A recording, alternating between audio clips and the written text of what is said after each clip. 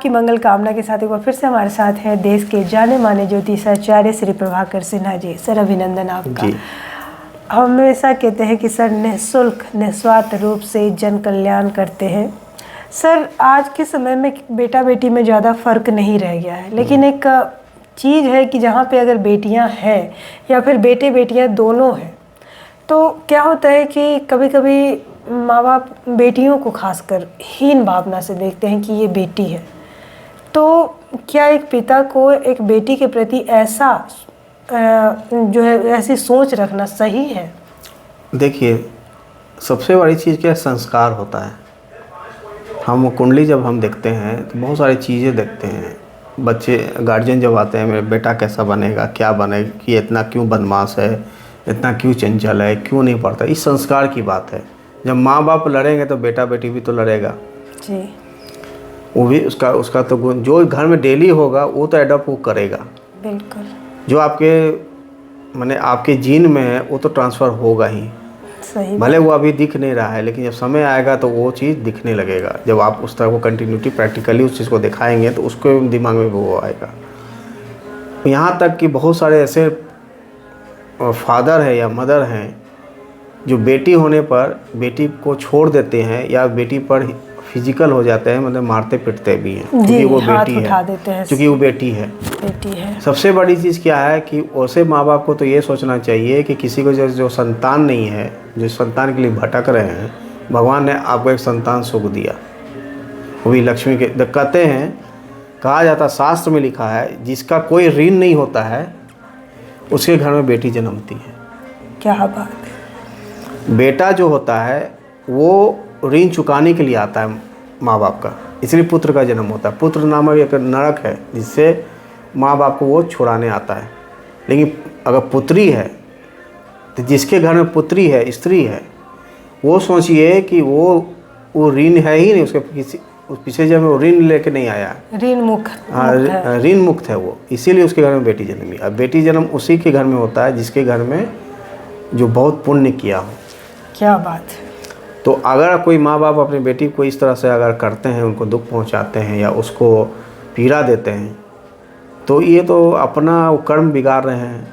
लड़की का कुछ नहीं जाएगा, लड़की का तो अच्छा होगा, क्योंकि अगर उसके किस्मत में ऐसा है तो बेचारी अपना किस्मत मांग के उस चीज़ को बर्दाश्त कर लेगी। लेकिन जो कर रहा है वो तो अपना कर्म बिगाड़ रहा है, तो उसका अंत तो कुछ अच्छा होने वाला नहीं है।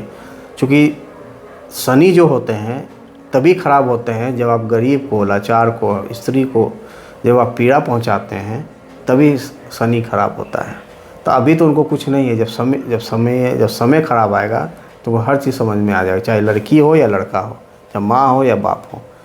तो ये चीज़ का हमेशा याद रखिए, संतान को हमेशा अच्छा संस्कार दीजिए।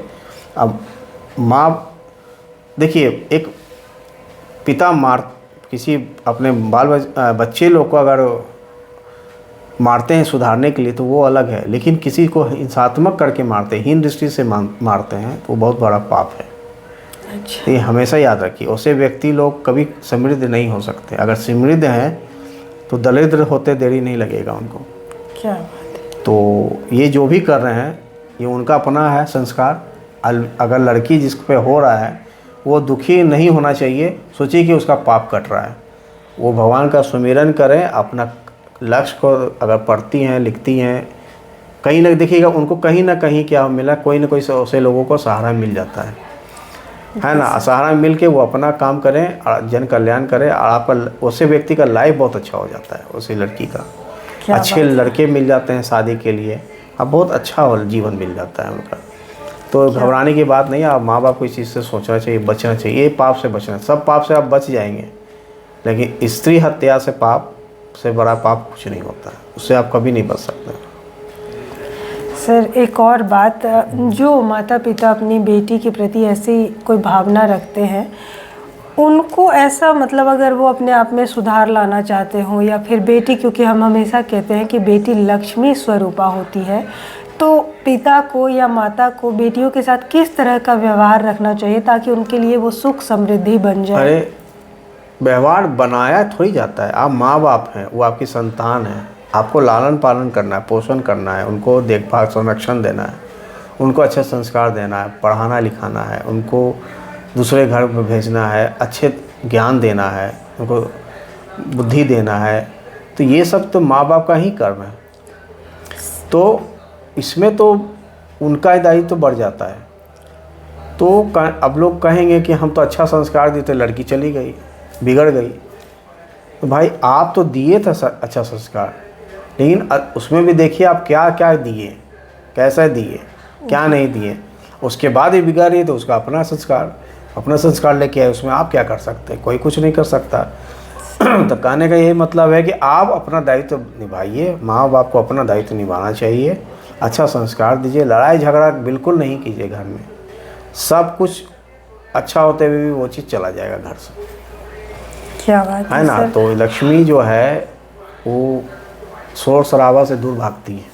जी सर, हमने ऐसा कहते सुना है कि बेटियों को जो है पिता को अपने हाथ से खाना खिलाना चाहिए, इससे भी उनका अच्छा होता है। और जब बेटियां वो कुछ मतलब या फिर साथ में खाते हैं तो भी अच्छा होता है, इसमें कितनी सच्चाई है सर? देखिए, हाथ से खिलाना तो ये तो प्रेम का सूचक है, वो घर में आप माहौल सब ऐसा रखे हैं तो ठीक है, अच्छी बात है।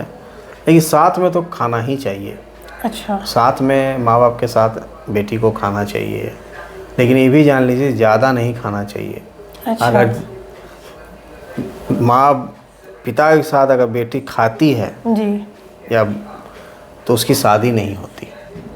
अच्छा, क्या बात है सर। ये हमेशा याद रखिए कि आप, क्योंकि ये बात सर हमारे किसी दर्शक ने ही सवाल किया था, उन्होंने कहीं सोशल मीडिया पर देखा है कि बेटी को बाप के साथ बैठ के खाने से बेटी का पिता का जो है पद ऊंचा होता है, वो ज़्यादा कामयाब होता है अगर बेटी के साथ बैठ के खाना खाता है। देखिए, कामयाब तो होंगे, अच्छा रहेगा, लेकिन बेटी की शादी नहीं होगी, वो आजीवन कुंवारी रह जाएगी।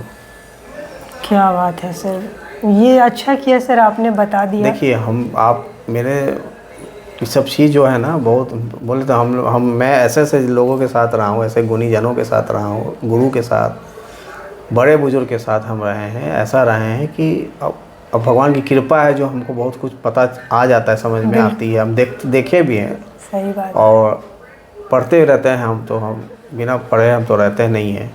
ज्ञान कहीं से ले लेना चाहिए, या अच्छा हो या ख़राब हो, किसी से भी, छोटा हो या बड़ा से, अच्छा है। कहीं ना कहीं वो काम आएगा आपका।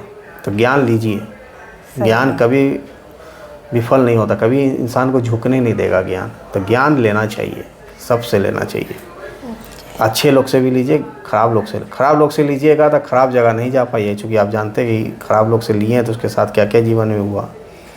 अगर अच्छे लोग से लिए तो आप समृद्ध होइएगा। तो ज्ञान सबसे लेना चाहिए। रावण भी मरते चला गया, मरने के समय में अच्छा ज्ञान दे के चला गया। बिल्कुल। तो ज्ञान लेना चाहिए।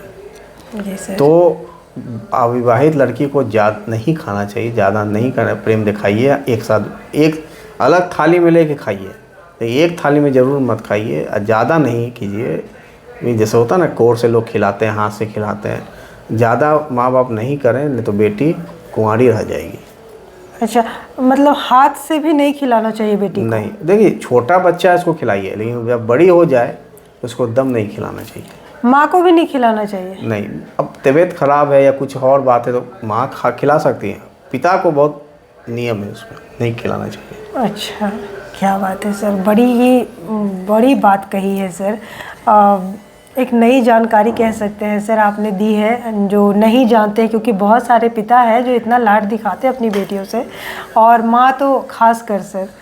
तो आज सबके मन की दुविधा दूर हो जाएगी जब वो वीडियो देखेंगे।